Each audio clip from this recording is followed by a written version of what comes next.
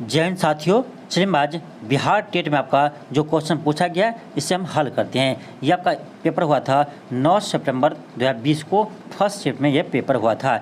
इसमें आपका शिक्षण कला एवं अन्य दक्षता से जितने भी प्रश्न पूछा गया, आपका जो 50 प्रश्न इससे पूछे जाते हैं इसे हम हल करते हैं। ये आपका सभी के लिए अनिवार्य है। आपका कोई भी विषय है, कोई भी सब्जेक्ट आपका रखे हैं तो आपका सभी के लिए आपका 50 मार्क आपके ये अनिवार्य है। तो आपका चलिए हम इस अनिवार्य वाले पेपर को हम हल करते हैं। ये आपका पेपर हुआ था 9 सितंबर 2020 को। तो चलिए हम इसे हल करते हैं।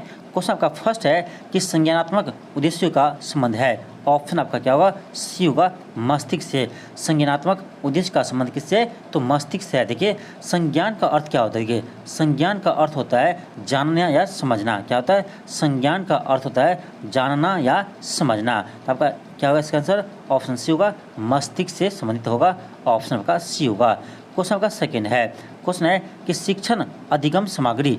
शिक्षण अधिगम सामग्री क्या होगा?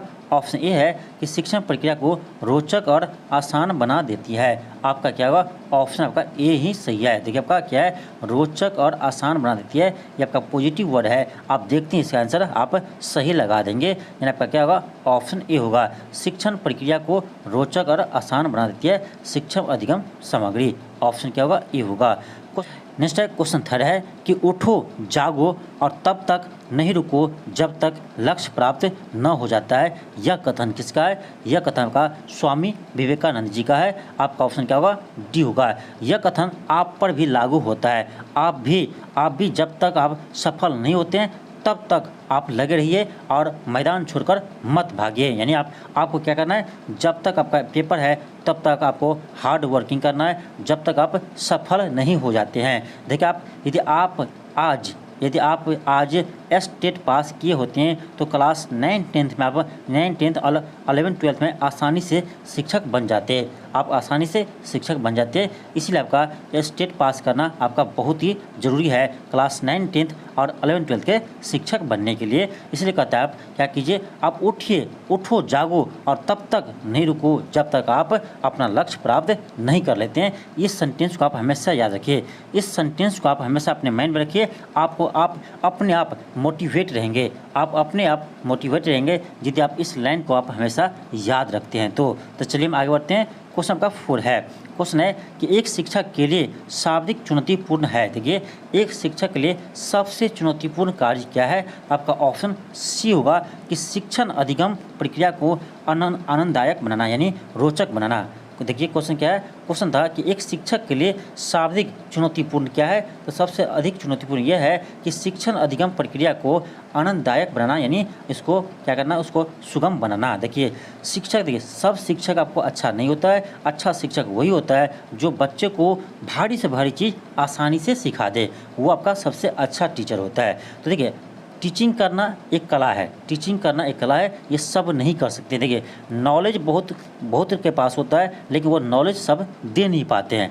बहुत के पास बहुत नॉलेज होता है लेकिन वो दे नहीं पाते हैं। तो जो अच्छे से दे पाते हैं वही तो आपका सबसे अच्छा शिक्षक कहलाते हैं। इसलिए कहा गया है कि शिक्षक के लिए सबसे चुनौतीपूर्ण कार्य क्या है? तो सबसे चुनौतीपूर्ण कार्य यह है कि अधिगम यानी अधिगम पढ़ाने की प्रक्रिया। ठीक है, पढ़ाने की प्रक्रिया। तो शिक्षण अधिगम प्रक्रिया को आनंददायक बनाना यानी सुगम बनाना, जिससे हार्ड से हार्ड चीज़ को बच्चे आसानी से सीख सके। ये कला शिक्षक के लिए क्या है? सबके लिए। अब ये कला शिक्षक यानी सभी शिक्षक में नहीं होते हैं। और जिस शिक्षक में ये कला होते हैं वह फेमस हो जाते हैं यानी वह अच्छे शिक्षक कहलाते हैं। तो अच्छा शिक्षक बनने के लिए आपको क्या करना पड़ेगा?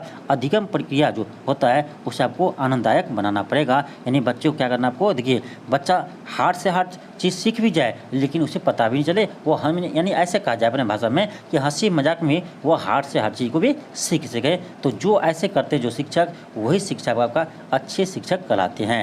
चलिए आगे बढ़ते हैं। क्वेश्चन का 5 है। क्वेश्चन है कि शिक्षा मनोविज्ञान का एक विज्ञान है। शिक्षा मनोविज्ञान एक विज्ञान है। आपका ऑप्शन क्या होगा? सी होगा, मानव व्यवहार का विज्ञान है। देखिए मनोविज्ञान नाम से क्लियर है कि मानव के व्यवहार का विज्ञान होता है। ऑप्शन क्या होगा? सी होगा। नेक्स्ट आपका है क्वेश्चन 6 है। क्वेश्चन है कि बच्चों के सीखने के लिए वह वातावरण अनुकूल है जहाँ खेलने और गाने की आज़ादी हो। यानी बच्चे को खेलने की आज़ादी हो तो वहाँ बच्चे आसानी से सीख सकता है, वो अनुकूलन कर सकता है। नेक्स्ट आपका क्वेश्चन आपका 7 है। क्वेश्चन है कि वातावरण के अनुसार स्वयं को ढालना क्या कहलाते हैं। देखिए, वातावरण के अनुसार स्वयं को ढालना अनुकूलन कराते हैं। क्या कहते हैं? अनुकूलन कहलाते हैं। देखिए, उसको आप आसानी समझिए। ऐसा है कि आप मान लीजिए आप मान लीजिए कि गांव में रहते हैं, ठीक, और आप शहर जाते हैं तो शहर के अनुसार आप ढल जाते हैं। आप गांव में हो सकता है आप अपना लोकल भाषा ही बोल पाते होंगे, हिंदी आप नहीं बोल पाते हैं। ऐसे होता है बच्चा, बहुत ऐसे बच्चे होते हैं जो गांव में रहते हैं तो वो हिंदी सही से नहीं बोल पाते हैं। लेकिन वही बच्चा आपका बाहर जाता है, जब यानी कोई शहर में रहते हैं तो वो हिंदी आपका इंग्लिश में अच्छे से बोलने लगते हैं। क्यों? क्योंकि उस वहाँ का वहाँ का आपका जो पर्यावरण है, इन्वायरमेंट है, वहाँ का क्या है आपका ऐसा है, इसीलिए वो एडप्ट कर लेते हैं, यानी अनुकूलन कर लेते हैं। तो अनुकूलन मतलब ये होता है कि वातावरण के अनुसार अपने को ढालना क्या कहलाता है? अनुकूलन कहलाता है। तो आप जहाँ जाते हैं ना उसके अनुसार क्या कहता है, आप ढल जाते हैं, तो उसी को कहा जाता है आपका अनुकूलन। ठीक है, उसी को कहा जाता है आपका अनुकूलन। आप ऐसे देखेंगे कि आप कहीं नए जगह जाते हैं तो हो सकता है आपका कि तबीयत बिगड़ जाते हैं। तो क्यों बिगड़ते हैं? क्योंकि आप उस वातावरण के अनुसार आप अनुकूलन नहीं कर पाते हैं। ठीक है, अनुकूलन नहीं कर पाते हैं, इसलिए आपका तबीयत बिगड़ जाती है। तो आपको देखिए, अनुकूलन करने में समय लगता है। किसी आप नए जगह जाते हैं तो वहाँ पर आपको अनुकूलन करने में समय लगता है, यानी वहाँ के वातावरण के अनुसार आपको ढलने में समय लगता है। तो ध्यान रखिए, किसी भी वातावरण के अनुसार स्वयं को ढालना ही क्या कहलाता है? अनुकूलन कहलाता है। तो देखिए, बच्चा अनुकूलन के द्वारा भी बहुत सारी चीज़ सीखता है। ऑप्शन क्या होगा? ये होगा। नेक्स्ट आपका क्वेश्चन आपका 8 है। क्वेश्चन है कि सीखना के संदर्भ में कौन सा कथन यानी कौन सा विकल्प असत्य है यानी गलत है। सीखना के संदर्भ में कौन सा कथन आपका गलत है?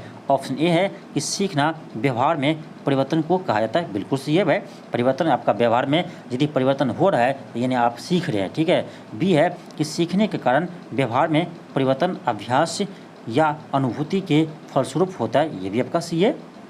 सी है कि सीखने से व्यवहार में अपेक्षाकृत अस्थायी परिवर्तन होता है। ये भी आपका सी है। यानी आपका तीनों कथन सही है, इसमें आपका कोई भी कथन असत्य नहीं है। इसीलिए इसका आंसर क्या होगा? आपका आंसर डी होगा, इनमें से कोई नहीं। क्या होगा? आंसर डी होगा, इनमें से कोई नहीं।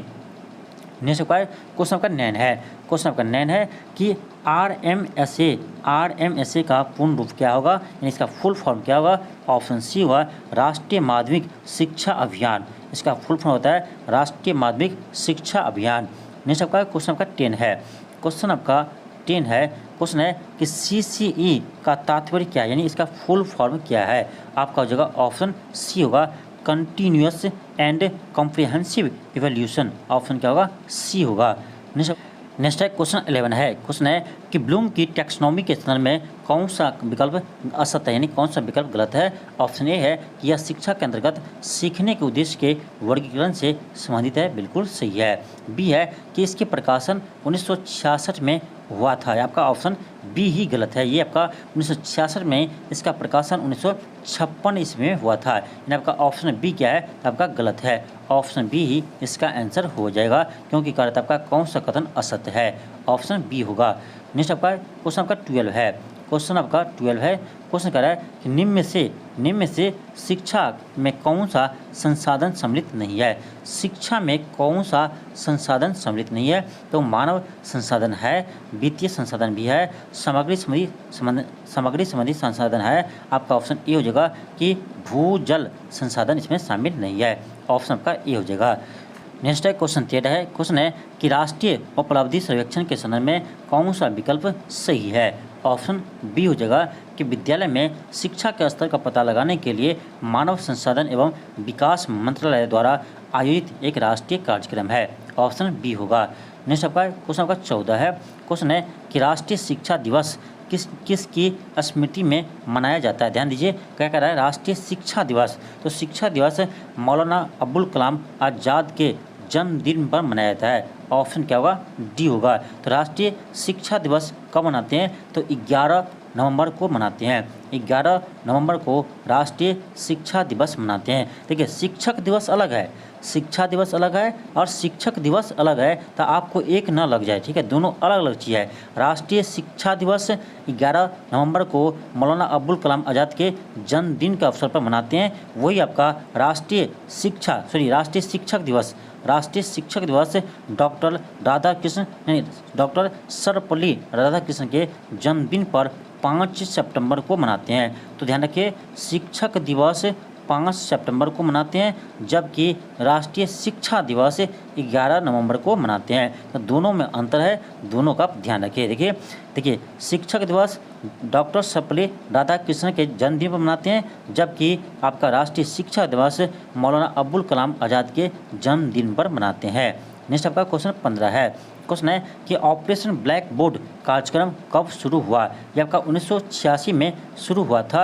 यह आपका 7वीं ध्यान रखिए 7वीं पंचवर्षीय योजना में इसे शुरू किया गया था, ऑपरेशन ब्लैक बोर्ड कार्यक्रम। नेक्स्ट क्वेश्चन 16 है। क्वेश्चन है कि इनमें से कौन समझे सीखे कार्यक्रम के 20 सूचकों में नहीं है? 20 सूचकों में नहीं है। इसका आंसर हो जाए आपका ऑप्शन सी कि बच्चों का सिर्फ लिखित आकलन। देखिए आपका क्या लगा है? सिर्फ लगा है। जैसे ही आप ऐसे वर्ड देखते हैं आपको आंख मूंद कर उसे गलत लगा सकते हैं। देखिए जब भी आपका ओनली, सिर्फ, केवल, मात्र ये सब वर्ड आए, देखिए आपका आएगा सिर्फ आ जाए, ठीक, सिर्फ आए, या कहीं पर आपका दिख जाए केवल, ठीक, कहीं दिख जाए आपका मात्र, तो ये सब आप देखते ही इस ऑप्शन को आप गलत लगा देंगे क्योंकि ये आपका नेगेटिव वर्ड है। ठीक है, तो ऐसे आप क्वेश्चन को बनाइए, आपको आसानी से बन जाएगा। यहाँ पर क्या है? यहाँ पर सिर्फ, हम देखिए क्या लिखा है, सिर्फ लिखा हुआ था। अब देखते ही इसे गलत मार दिए, आपका गलत होगा ही, ये 100% आपका गलत होगा। यानी आपका ऑप्शन क्या होगा? सी होगा, जो आपका गलत कथन है। नेक्स्ट है क्वेश्चन 17 है। क्वेश्चन है कि मेरा विद्यालय शीर्षक लेख राजू द्वारा लिखा गया। लेख अर्थपूर्ण है लेकिन व्याकरणिक अशुद्धियाँ भी है। राजू के लिए कौन सी टिप्पणी उचित होगी? ऑप्शन डी होगा कि आपने निबंध अच्छा लिखा है, कहीं कहीं पर व्याकरणिक अशुद्धियाँ हैं जिसे अभ्यास द्वारा सुधारने की आवश्यकता है। ऑप्शन क्या होगा? डी होगा। नेक्स्ट है क्वेश्चन 18 है। क्वेश्चन है कि उत्प्रेरितों का शिक्षा शास्त्र के लेखक कौन है? ऑप्शन सी होगा फॉलो फेडे। क्या होगा? फॉलो फेडे, ऑप्शन सी होगा। नेक्स्ट आपका क्वेश्चन आपका 19 है।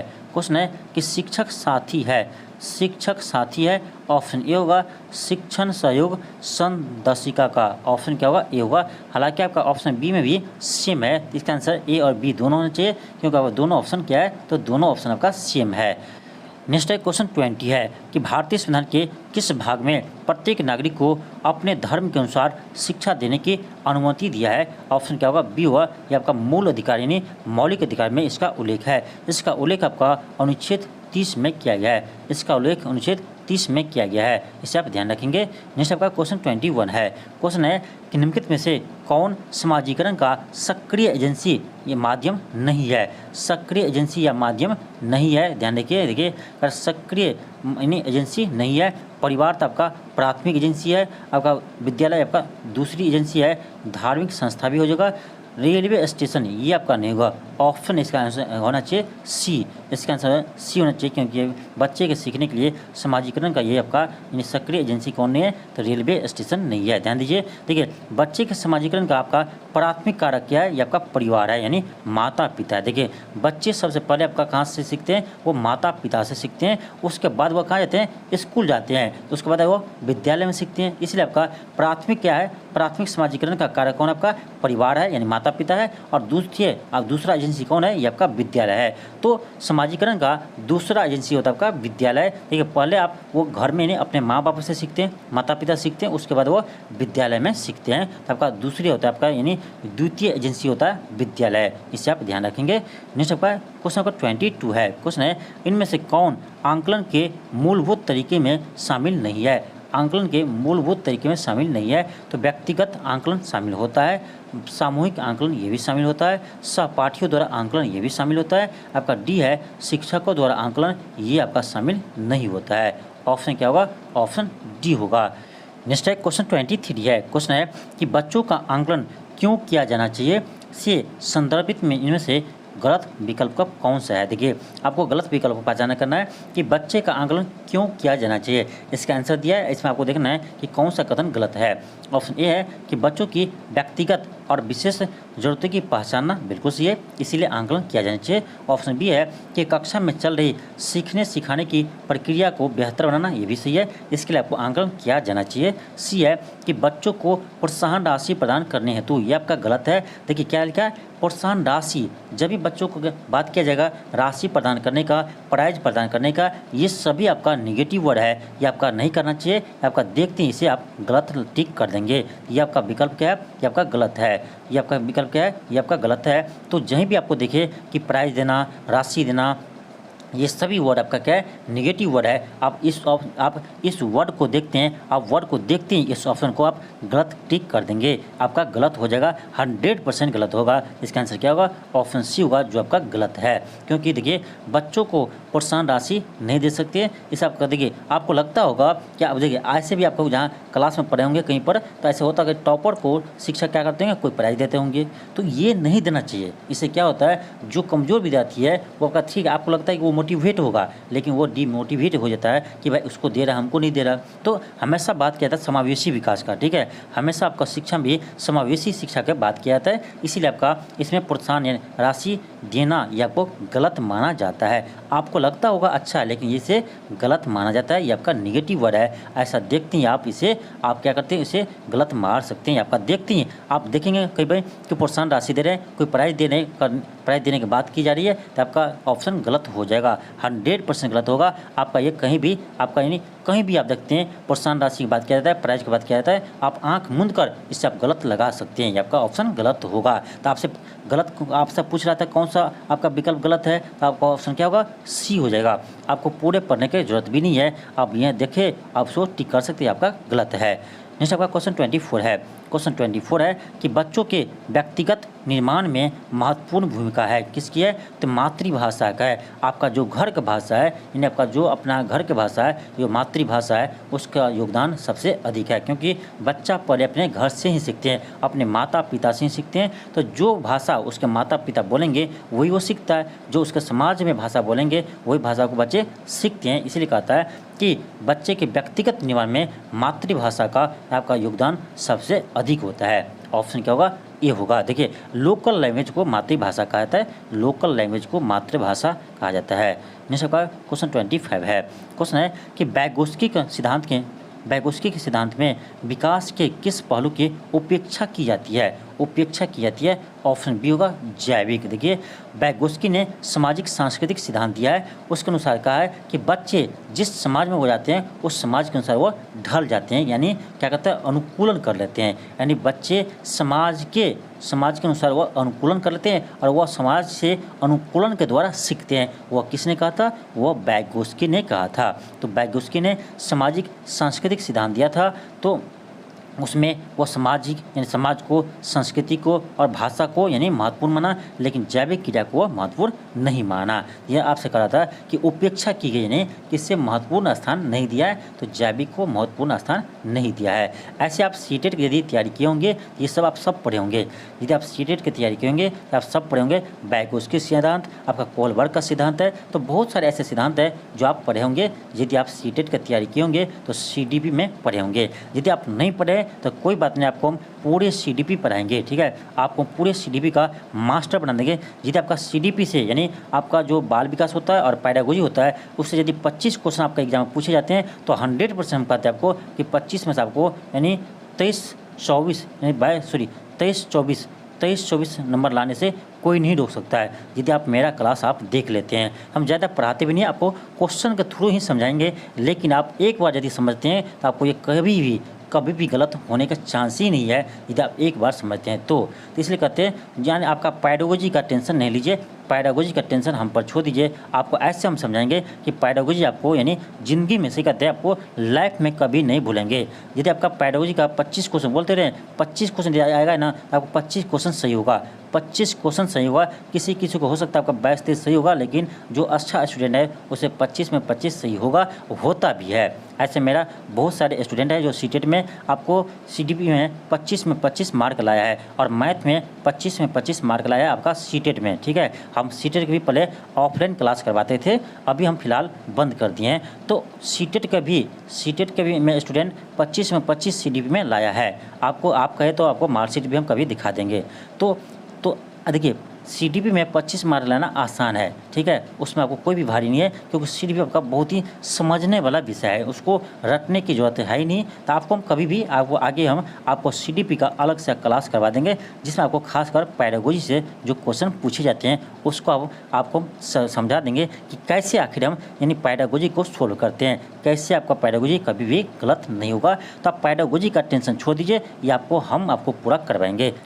नेक्स्ट आपका क्वेश्चन 26 है। क्वेश्चन है कि यदि दो संख्याओं का योग 14 है और उनका अंतर 10 है तो उन संख्याओं का गुणनफल ज्ञात कीजिए। सिंपल है, एक मान लीजिए आप x है, दूसरा क्या है y है, दोनों को जोड़ने पर कितना आता है 14 आता है और दोनों को घटाने पर क्या आता है आपका 10 आता है, ठीक है। अब क्या कीजिए, दोनों को ऐड कीजिए, y कट जाएगा, यहाँ से आपका आएगा x + x 2x बराबर 24 आएगा, यहाँ से आप x मान क्या आएगा 12 आ जाएगा, x मान आपका आ जाएगा कितना 12। अब क्या था x + y था कितना 14, यहाँ आप x जगह 12 दीजिएगा, अब y कितना आएगा, y आपका आएगा 2, क्योंकि 12 में हम 2 जोड़ेंगे तब ना 14 आएगा। यानी आपका देखिए x आ गया कितना 12, y आ गया 2, दोनों का गुणनफल पूछ रहा था, यानी x इंटू y पूछ रहा था, तो 12 × 2 होगा कितना होगा 24 हो जाएगा। इसका आंसर क्या होगा 24, इसका आंसर हो जाएगा ऑप्शन सी होगा।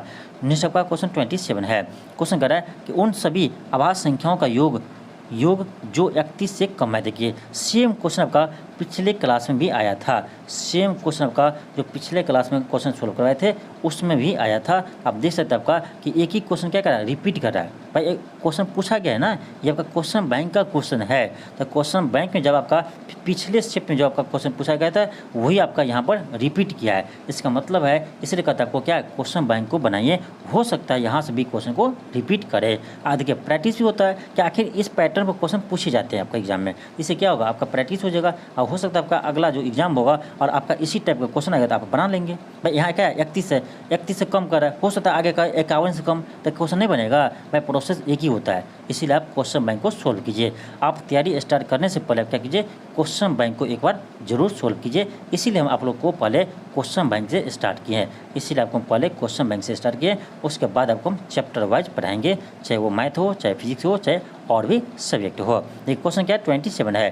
क्वेश्चन कह रहा है उन सभी अभाज्य संख्याओं का योग है जो 31 से कम है। देखिए अभाज्य संख्या आपका सबसे छोटी क्या है 2 है, तो 2 इससे आगे क्या होगा 3, फिर आपका 5 होगा, फिर आपका 7 होगा, फिर क्या होगा 11 होगा, फिर आपका हो जाएगा 13, 15 नहीं होगा, 16 नहीं होगा, 17 हो जाएगा, फिर आपका 18 नहीं होगा, आपका हो जाएगा 19 के बाद आपका क्या होगा 21 नहीं होगा, 22 नहीं होगा, 23 हो जाएगा, 23 के बाद क्या होगा 23, 24 नहीं होगा, 25 नहीं होगा, 26 भी नहीं होगा, 27, 28, 29 होगा, ठीक है। अब 29 के बाद तो 31 से कम कर रहा था, आपका इस सभी को ऐड कर दीजिए, ठीक है, इस सभी को ऐड कीजिए, आपका आंसर आ जाएगा, ठीक है, इस सभी को ऐड कीजिए, आपको आंसर आ जाएगा कितना 129 आएगा, ऐड कीजिएगा आपका आ जाएगा 129, ऑप्शन क्या आएगा ई आएगा। तो बहुत ही सिंपल क्वेश्चन था। नेक्स्ट आपका क्वेश्चन 28 है। क्वेश्चन 28 है, कह रहा निम्न में से कौन सी संख्या 24 से पूर्णतः विभाज्य है। अब देखिए विभाज्य का आपका रूल पता होना चाहिए, ठीक है, विभाज्य का रूल आपको पता होना चाहिए। देखिए 24 से विभाज्य है, देखिए जब 24 से वो विभाज्य होगा इसका मतलब ये यानी 8 और 3 दोनों से विभाज्य होगा, क्योंकि हम 24 को लिख सकते हैं 8 × 3, 8 × 24। इसका मतलब ये है यह संख्या 8 से भी विभाज्य होना चाहिए और ये 3 से भी विभाज्य होना चाहिए, ठीक है। अब देखिए इसके लिए आपको 3 से विभाज्य होने वाली संख्या का रूल पता होना चाहिए और 8 से कौन सी संख्या विभाज्य होंगे उसके भी आपको रूल पता होना चाहिए, ठीक है। तो चलिए आपको हम बताते हैं। देखिए कोई भी संख्या वो 3 से विभाज्य कब होगा। देखिए 3 से विभाज्य होने का चेक करने का आपका एक तरीका है कि सभी आपका जो भी अंक संख्या दिया है उसके सभी अंक को क्या कीजिए ऐड कर दीजिए, ठीक है। जितने भी अंक आपका सभी को ऐड कीजिए, यदि वो सभी के अंक का योग वो 3 से यदि विभाज्य हो जाता है वो संख्या भी 3 से विभाज्य होंगे। ध्यान से सुनिए, किसी संख्या के सभी अंकों का योग यदि वह 3 से विभाज्य है तो वह संख्या भी 3 से विभाज्य हो जाएंगे। ये आपका 3 से विभाज्य का रूल है। 3 से कोई भी संख्या के विभाज्य का रूल है कि यदि वो सभी इस संख्या के सभी अंकों का योग यदि वह 3 से विभाज्य है वो संख्या भी 3 से विभाज्य होगा। ये तो आपको 3 का पता चल गया, ठीक है। अब देखिए 8 से विभाज्य होने का रूल क्या है। तो 8 से विभाज्य होने का रूल ये है कि किसी भी संख्या के लास्ट 3 डिजिट यानी ये लास्ट तीन संख्या, ठीक है, लास्ट 3 नंबर का योग यदि वो 8 से विभाज्य है तो वो संख्या भी आपका क्या होता है, वो आपका संख्या भी वो आपका यानी 8 से विभाज्य हो जाते हैं। चलिए हम चेक करते हैं, ऑप्शन ए को चेक कीजिए, ठीक है। पहले हम देखते हैं कि ये आपका 8 से विभाज्य है कि नहीं, ठीक है। पहले हम 8 से ही चेक करते हैं, क्योंकि हमें 8 में क्या करना है, लास्ट का 3 अंक को ही जोड़ना पड़ेगा। तो लास्ट का 3 अंक क्या है, तो आपका 7 है, 3 है और 6 है। इसमें क्या कीजिए, आप 8 से भाग दीजिए, आपका 7 3 10 16, 16/8 आपका आ गया 2, यानी विभाज्य हो गया। इसका मतलब है कि ये पूरी संख्या, ये आपका पूरी संख्या जो है ये आपका क्या है, 8 से विभाज्य है, ठीक है। 8 से तो हो गया, अब किससे चेक करना पड़ेगा, 3 से। देखिए 3 से क्या विभाज्य है, तो 3 से रूल क्या है, सभी यानी सभी अंकों का योग 3 से विभाज्य होना चाहिए। अब चलिए सभी अंक को ऐड कीजिए, सभी अंक को आप जोड़िए, ठीक है।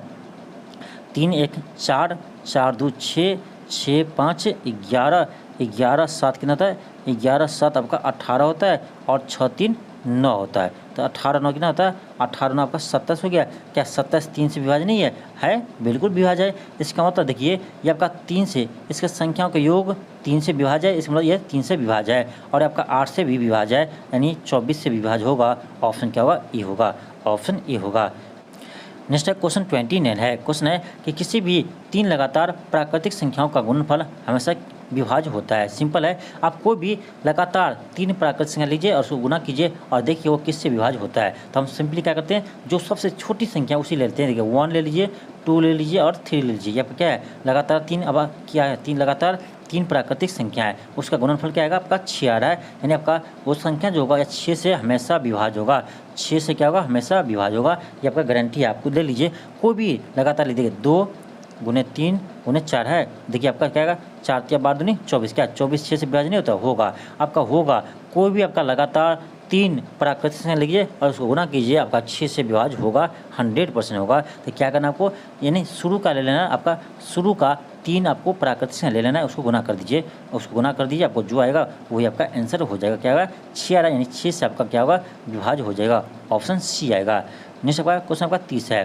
क्वेश्चन 30 है, इसमें कह रहा है कि चौथा अनुपात क्या होगा। सिंपल है, देखिए क्या है आपका, यहाँ आपका 5 है, फिर आपका 8 है, फिर आपका 15 है, आगे नहीं पता एक्स मान लीजिए, ठीक है। क्या करना है आपको, इसका रेशियो इसके रेशियो के बराबर होना चाहिए। अब देखिए आएगा आपका, आया आपका जगह 8/5, ध्यान दीजिए 8/5, इसमें इस भाग दिए, आगे एक्स माने थे तो आपका आगे क्या होगा, x/15 होगा। देखिए ना क्या कि इसका बटे ये, यानी इसका रेशियो और इसका रेशियो क्या बराबर, दोनों को बराबर कर दिया। आपका क्या 5 या 15, कोना कोनी गुना कीजिए, 8 3 24 आ जाएगा, x समान आपका 24 आ जाएगा, x समान 24 आएगा, ऑप्शन डी होगा, ऑप्शन डी होगा।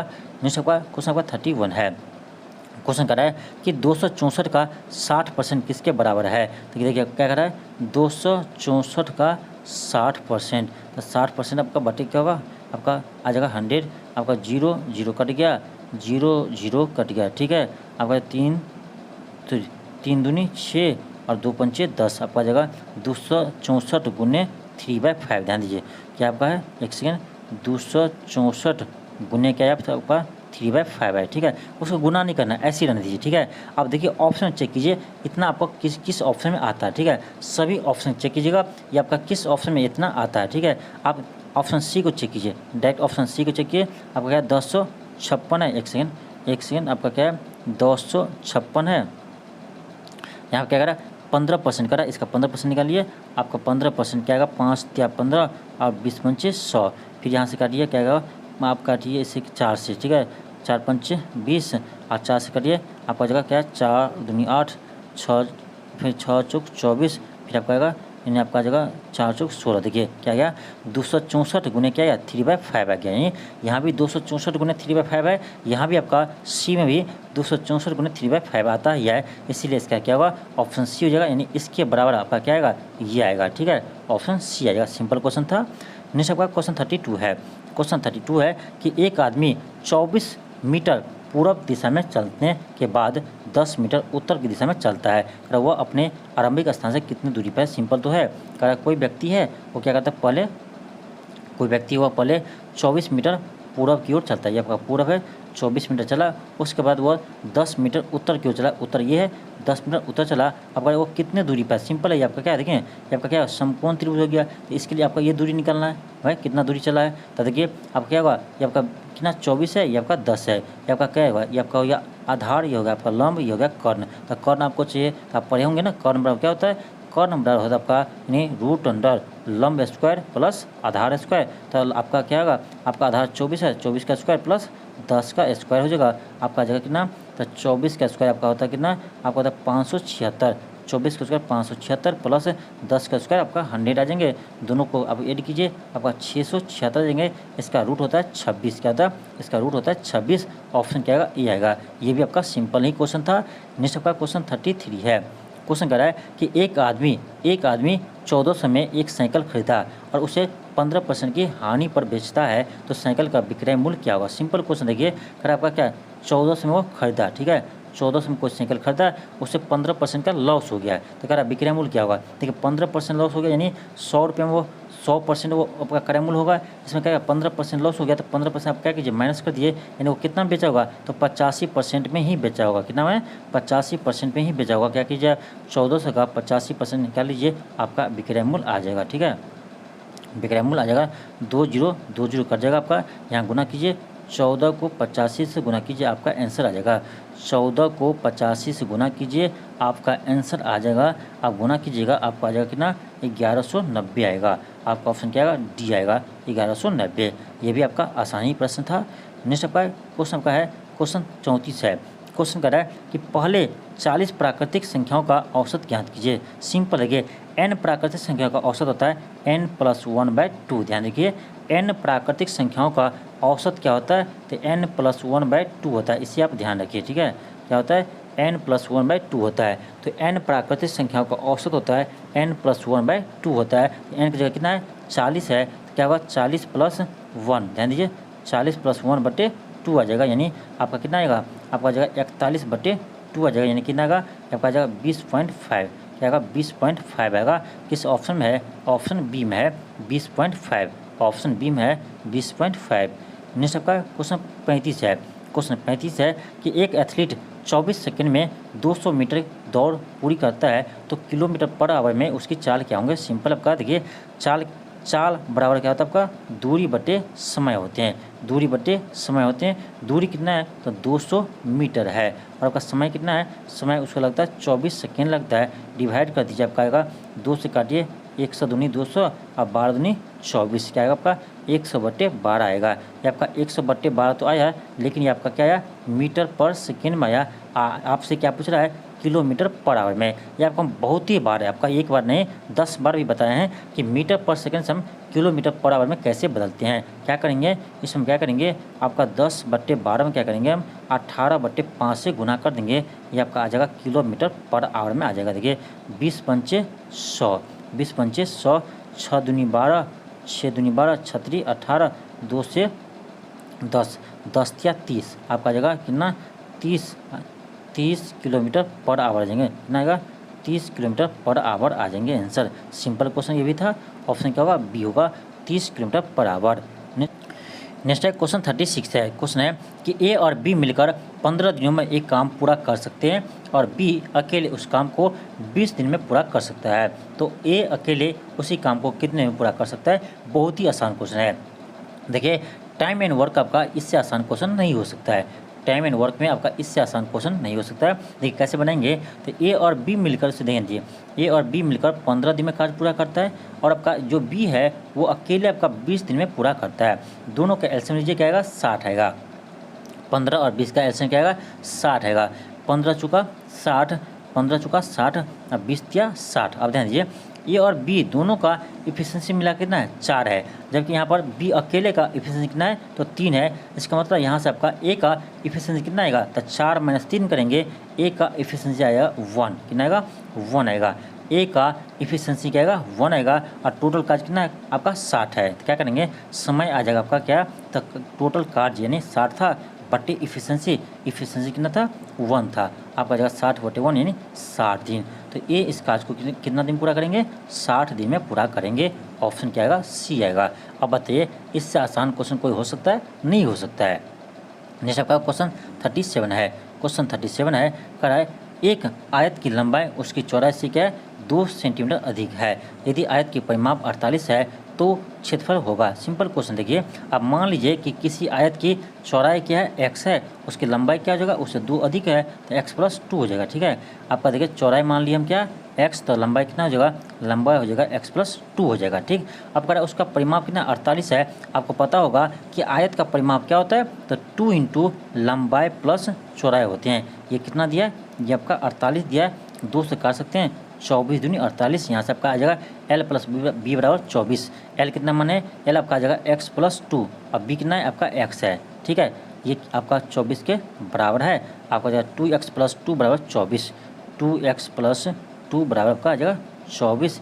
यहाँ से आ जाएगा 2x बराबर, इस 2 को इधर लीजिए, आपका 24 में से 2 हो जाएगा 22 आ जाएगा, 2 से काटिए 11, यानी x का मान क्या आएगा आपका 11 आ गया। ध्यान दीजिए x का मान 11 आया आपका, यानी चौड़ाई आ गया कितना 11, चौड़ाई आया 11, लंबाई इससे 2 अधिक था तो 11 + 2 कीजिए कितना आएगा 13 आएगा। ठीक है, चौड़ाई 11 है, लंबाई 13 है, क्षेत्रफल क्या होगा, तो आपको पता होगा कि आयत का क्षेत्रफल लंबाई गुने चौड़ाई होते हैं, तो क्या होगा 13 × 11 हो जाएगा। आपका आंसर आ जाएगा 13 × 11 कीजिए 143 आ जाएगा। ठीक है, आंसर क्या आएगा, ऑप्शन सी आएगा 143 सेंटीमीटर स्क्वायर। ठीक, नेक्स्ट है क्वेश्चन 38 है। क्वेश्चन कर रहा है कि दिन का कितना प्रतिशत 3 घंटे होते हैं। देखिए आप देखिए, आपका 3 घंटा एक दिन का कितना प्रतिशत होता है। देखिए 3 घंटा है और एक दिन में कितना होता है, 24 घंटा होता है। एक दिन में 24 घंटा होता है, 3/24 × 100 हो जाएगा, 3 × 8 = 24, आपका जगह 4 दूनी 8, आप 4 दूनी 8, आपका जगह 25 चुका 100, आपका जगह 25/2, यानी आपका जगह 25/2, आपका जगह कितना 12.5%, यानी 12.5% आएगा इसका आंसर, 12.5%। आपका किसी भी ऑप्शन नहीं है, इसका आंसर क्या हुआ, डी हुआ, इनमें से कोई नहीं। अब देखिए क्या करा एक दिन का, तो आप देखिए एक दिन में आप 12%, सॉरी 12 घंटा मत लीजिएगा। ठीक है, एक दिन में आप 12 घंटा मत लीजिएगा, एक दिन कहने का अर्थ यहाँ होता है 24 घंटा ही होता है। ठीक है, नेक्स्ट आपका क्वेश्चन का 39 है। क्वेश्चन कर रहा है कि एक घन में कितने सतह होते हैं, तो आपको पता होना चाहिए एक घन में 6 सतह होते हैं, ऑप्शन ए होगा। नेक्स्ट आपका क्वेश्चन का 40 है। क्वेश्चन कर रहा है कि 4500 रुपये के कितने प्रतिशत सालाना ब्याज की दर से 3 वर्ष में इतना रुपया हो जाएगा। सिंपल देखिए यहाँ पर आपको देखिए ब्याज कितना मिला हुआ। ठीक है, आपका 5715 रुपया है, उसमें से क्या कीजिए 4500 घटाइए, आपका आ जाएगा ब्याज कितना मिला होगा। तो आपका ब्याज आ जाएगा कितना, आप माइनस कीजिए, आपका आ जाएगा एक सेकेंड, आपका जगह यानी 1215 कितना आएगा, 1215 आपका ब्याज आएगा, 1215 आपका ब्याज आ जाएगा। ठीक है, अब देखिए आपका पढ़े होंगे साधारण ब्याज में कि ब्याज बराबर, तो 1215 था, ब्याज बराबर मूलधन गुने समय।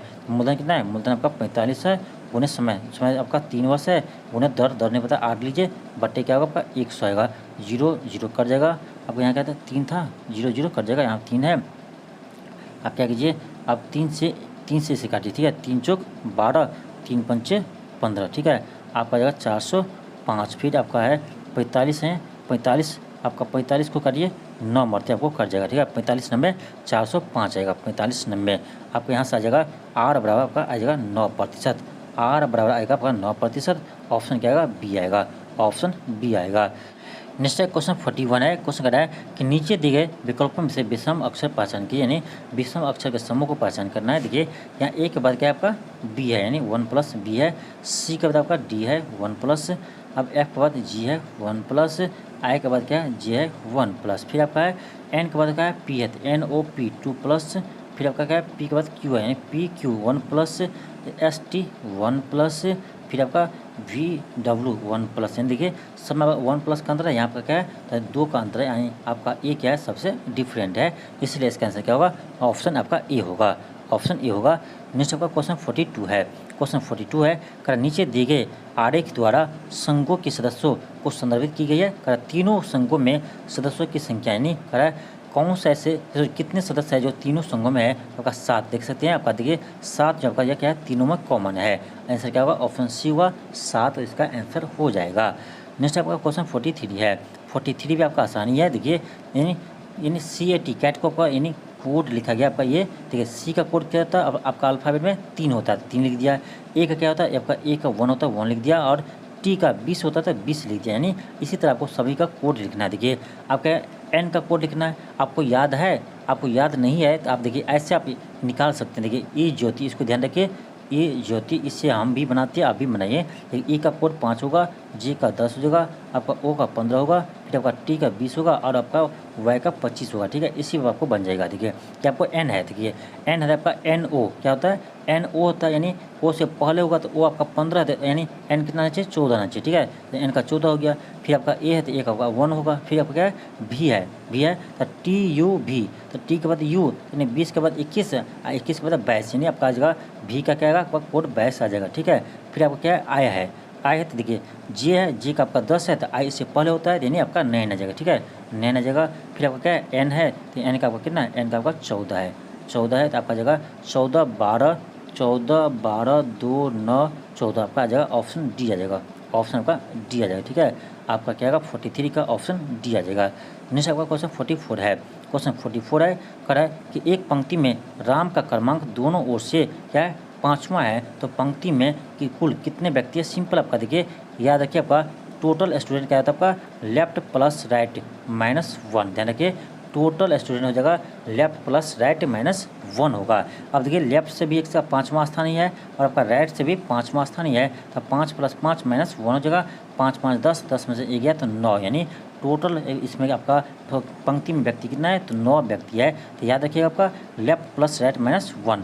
कभी भी आपको टोटल आपका स्टूडेंट यानी व्यक्ति निकालना है तो क्या करेंगे लेफ्ट प्लस राइट -1 करेंगे, लेफ्ट प्लस राइट -1 करेंगे, आपका आंसर आ जाएगा, आपका आंसर आ जाएगा।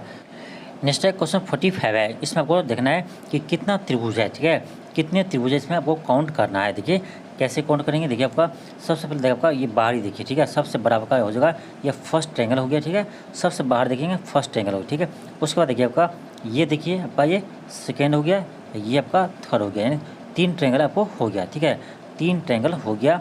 उसके बाद देखिए आपका इसे देखिए ये आपका होगा चौथा हो गया और ये आपका 5वां हो गया, ये आपका छठा हो गया और ये आपका 7वां हो गया। ठीक है, ये आपका 7वां हो गया, एक सेकेंड ये आपका 7 हो गया। ठीक है, अब ये फिर देखिए आपका ये देखिए 7 1 8 हो गया, 8 हो गया, 8 है 8 हो गया। ठीक है, 8 हो गया, एक सेकेंड 8 और ये 9 हो गया, 9 1 10 हो गया। ठीक है, 10 हो गया, एक सेकेंड 10 ट्रायंगल हो गया। ठीक है, 10 ट्रायंगल हो गया। 10 के बाद देखिए आपका ये 11 और ये आपका 12 हो गया, यानी आपका इसमें टोटल आपका 12 ट्रायंगल है, इसमें आपका टोटल 12 ट्रायंगल है। इसका आंसर क्या होगा, इसका आंसर आपका ऑप्शन बी होगा, 12 ट्रायंगल है, ऑप्शन बी होगा। नेक्स्ट आपका क्वेश्चन 46 है, क्वेश्चन 46 है, क्वेश्चन कर रहा है कि उचित संख्या भरकर श्रृंखला को पूरा करे। अब यहाँ देखिए ध्यान दीजिए, यहाँ ध्यान दीजिए 3 है, उसके बाद क्या है 4 है, 4 फिर 5 फिर 6, यानी एक आपका जो बीच करके क्या है आपका 3 है, फिर आपका एक गैपिंग किया है, फिर आपका 4 है, फिर एक गैपिंग है आपका 5 है, फिर आपका 6 है। तो उसी तरह से आपका आगे होगा, लेकिन आपको यहाँ संख्या निकालना है तो आप इधर से चलिए, यहाँ क्या 1 है, फिर आपका 2 है, फिर 2 आपका यहाँ 4 है। देखिए एक में हम 1 जोड़ेंगे तो क्या आपका 2 आएगा, और 2 में हम क्या करेंगे 2 जोड़ेंगे तो आपका 4 आएगा। फिर आगे हम क्या करते हैं, आगे आप इसमें क्या करेंगे 3 जोड़ेंगे, पहले 1 जोड़े फिर 2 जोड़े, आप क्या करेंगे 3 जोड़ेंगे। तो आप क्या कीजिए 4 में 3 जोड़ेंगे क्या आएगा आपका, 4 में 3 जोड़ेंगे तो आपका 7 आएगा, क्या आएगा 4 3 7 आएगा, ऑप्शन क्या आएगा, ऑप्शन आपका सी आएगा। फिर से देखिए कैसे किए हैं, देखिए यहाँ ध्यान दीजिए, यहाँ आपका क्या है आपका 3 है, 4 है, फिर 5 है, 5 फिर आपका 6 है। ठीक है, इधर से आपको कोई टेंशन नहीं, आपका यहाँ से अगला संख्या आएगा ना, यहाँ पर संख्या तो नहीं आएगा, इससे अगला वाला संख्या आ जाएगा आगे ना, आपका 8 आएगा, लेकिन यहाँ पर ये संख्या नहीं आएंगे, उससे अगले संख्या आ जाएंगे, क्योंकि आपका एक बीच करके ध्यान दीजिए ना, ये आपका एक बीच करके है। अब यहाँ देखिए क्या है आपका 1 है, फिर 2 है, फिर आपका 4 है, फिर यहाँ क्या होगा भाई 1 है फिर 2 है, यानी यहाँ क्या है 1 का गैपिंग है, फिर आप देखिए तो 2 है, यहाँ 4 है, क्या है आपका 2 का गैपिंग है, फिर आगे क्या होगा आपका 3 का गैपिंग हुआ, यानी आपका क्या करेंगे 4 में 3 जोड़िए आपका 7 आ जाएगा, यानी अगला संख्या क्या आना चाहिए 7 आनी चाहिए। ठीक है, ऑप्शन सी आएगा। नेक्स्ट आपका क्वेश्चन 47 है, क्वेश्चन 47 है, देखिए आपको देखिए यहाँ 20 लाना है। ठीक है, 20 कैसे आएगा, इस 4 को क्या कीजिए स्क्वायर कीजिए, आपका क्या आएगा 16 आएगा, इस 2 को क्या कीजिए स्क्वायर कीजिए, क्या आएगा 4 आएगा, दोनों को ऐड कर दीजिए, क्या आएगा 16 4 20 आ गया। यानी इसी तरह यहाँ भी क्या होगा, देखिए 9 का स्क्वायर कीजिए क्या आएगा आपका 81 का, इस 3 का स्क्वायर कीजिए क्या आएगा 9 आएगा, 81 + 9 कितना था 90 होता है, देखिए आपका 90 है यहाँ पर। यानी इसी तरह हम यहाँ भी करेंगे, 2 का स्क्वायर 4 आएगा, 3 का स्क्वायर पर 9 आएगा, और 9 4 कितना था आपका 13 होता है, यानी इसमें क्या आएगा आपका यहाँ पर आ जाएगा 13, यहाँ आपका 13 आ जाएगा, ऑप्शन क्या आएगा सी आएगा, ये भी आपका सिंपल है। नेक्स्ट है क्वेश्चन 48 है, क्वेश्चन कर रहा है यदि दक्षिण पश्चिम उत्तर हो जाता है तो उत्तर पूर्व क्या हो जाएगा। सिंपल है, देखिए करा दक्षिण पश्चिम, तो आपका ध्यान दीजिए ये आपका क्या है, ये आपका पूर्व है ईस्ट है, ये आपका वेस्ट है, ये आपका नॉर्थ है, ये आपका साउथ है। कह रहा है दक्षिण पश्चिम, आपका दक्षिण पश्चिम ये होगा आपका क्या होगा, दक्षिण पश्चिम ये आपका हो जाएगा, ये आपका क्या है दक्षिण पश्चिम है, उसको कह रहा है आपका उत्तर मान लीजिए यानी नॉर्थ मान लीजिए, ये आपका क्या होगा, ये आपका साउथ हो जाएगा, ये आपका नॉर्थ होगा भाई, तो ये आपका साउथ हो जाएगा। आप क्या कह रहा है तो उत्तर पूर्व, ये आपका क्या है, ये आपका उत्तर पूर्व ही है, ये आपका क्या है उत्तर पूर्व आपका दक्षिण हो जाएगा, कौन सा दिशा हो जाएगा, दक्षिण हो जाएगा। ऑप्शन क्या होगा, ऑप्शन बी आएगा। ये भी आपका आसानी क्वेश्चन था। क्वेश्चन 49 है, क्वेश्चन कह रहा है कि विचार का जो संबंध मस्तिष्क से है, देखिए विचार कहाँ बनते हैं तो मस्तिष्क में विचार आते हैं। उसी तरह कह रहा है बादल का संबंध किससे है, तो भाई बादल से क्या बनते हैं, पानी बनते हैं। ऑप्शन क्या आएगा, डी आएगा, ठीक है, ऑप्शन क्या आएगा, डी आएगा। नेक्स्ट आपका क्वेश्चन 50 है, क्वेश्चन 50 है। अब देखिए इसमें आपको क्या करना है, आपको यहाँ 9 है 8 है, यहाँ क्या लाना है, आपका 162 लाना है। आप सोचिए कैसे आया होगा, देखिए क्या किया है, आप 9 का स्क्वायर कीजिए, 9 का स्क्वायर, फिर क्या कीजिए 8 का स्क्वायर कीजिए, ठीक है, 9 का स्क्वायर कीजिए और 8 का स्क्वायर कीजिए, और इस दोनों को क्या कीजिए पहले 8 कीजिए, यानी आपका 9 + 8 हो जाएगा, ठीक है। इससे आप कीजिए, आपका आ जाएगा 162 आपको आ जाएंगे, ठीक है। यानी क्या किया, ध्यान दीजिए, इस दोनों क्या किया स्क्वायर किया पहले, तो 11 का स्क्वायर क्या होगा 121 होगा, और 6 का स्क्वायर 36 होगा। अब क्या दोनों को जोड़ दीजिए और फिर दोनों को ऐड कीजिए इसमें, ठीक है। अब यानी 11 और प्लस 6, यानी क्या किए हैं, दोनों को पहले स्क्वायर किए फिर ऐड किए हैं, फिर अब दोनों संख्या को क्या किए इसमें ऐड कर दिए। अब क्या आएगा, देखिए 121 + 36 है, प्लस आपका क्या है 11 + 6 है, सॉरी हाँ प्लस 6 है, इसको जोड़िए आपका 174 आ जाएगा, 174 आपको आ जाएगा, ठीक है। इसी तरह यहाँ भी करेंगे, आप क्या करेंगे 8 का स्क्वायर करेंगे प्लस 13 का स्क्वायर करेंगे, प्लस 8 भी जोड़ देंगे, प्लस 13 को भी ऐड कर देंगे। 8 का स्क्वायर 64, 13 का स्क्वायर 169, प्लस आपका देखिए 8 + 13 कितना होगा, 8 + 13 8 3 आपका हो जाएगा 11, आपका जाएगा 21 आ जाएगा, ठीक है, 21 आएगा, 21 आएगा आपका देखिए 64 + 169 प्लस 21, इसको जोड़ेंगे कितना आएगा आपका, एक सेकेंड, 9 1 10 6 2 8 1 190, 190 + 64, ध्यान दीजिए 190 प्लस कितना आएगा 64 आएगा, आपका जाएगा कितना 190 + 64 आपका जाएगा 254 आएगा, कितना 254 आएगा। ऑप्शन सी आएगा, ऑप्शन सी आएगा।